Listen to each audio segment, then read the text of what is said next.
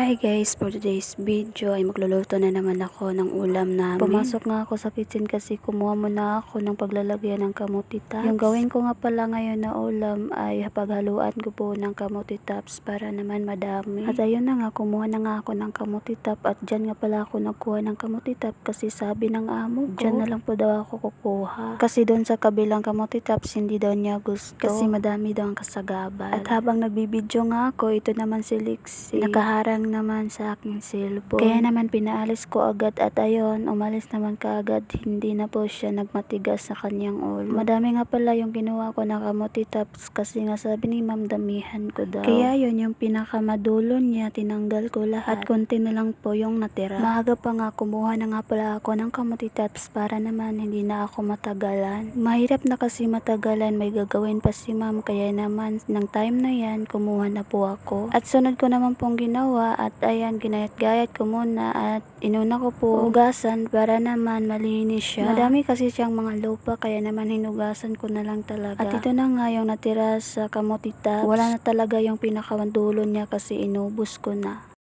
Konti na lang po yung natira. Pagkatapos ko nga hugasan, ginayat-gayat ko na. Ginamitan ko nga pala yan ng gunting para naman mas mabilis ako. Niliit ko nga palang putulin yung mga dahon-dahon niya. Kasi kapag hindi ko niliitan yan, baka naman mabulunan kami sa mga tangkay-tangkay niya. Kaya naman niliitan ko. Mahirap na po kasi kapag mabulunan ka. Mahahaba pa naman ito. Kung may marinig man kayo na kumakanta kayo guys, sorry guys ha, kasi may nagbibidyo ka dito. Kahit anong gawin ko talaga, sana ako nagpunta para naman hindi maingay yung aking video. Maingay talaga kasi umabot sa cellphone ko yung ano nila, buses. At ayun na nga, pagtapos ko nga gayatin, nilagay ko po yung mga tangkay sa ilalim ng kalamansi. At hinugasan ko ulit, baka naman mayroong pang dumi. Baka naman may mga insekto dyan, kaya naman hinugas-hugasan ko talaga at binabali-bali ko. Buti na lang yung kinuha ko na paglalagyan ay automatic na yan. Yung tubig ko sana pong bubuhos. Kasi may butas kasi yung kinuha ko, kaya naman for the go. By the way guys, ito nga palang video ay kahapon pa. Hindi na naman ako naka-edit kagabi kasi ayun, tinatamad na naman. Palagi na lang talaga akong tinatamad dito. Mahirap kasi kapag nagbibideo ka tapos i-edit mo pagdating ng gabi. Yung tipong tatamarin ka talaga mag-edit. Kasi ikaw yung nag-video at ikaw na rin po yung mag-edit. O diba, effort yarn. At ayun na nga, ang sunod ko pong kinuha ay itong sibuyas.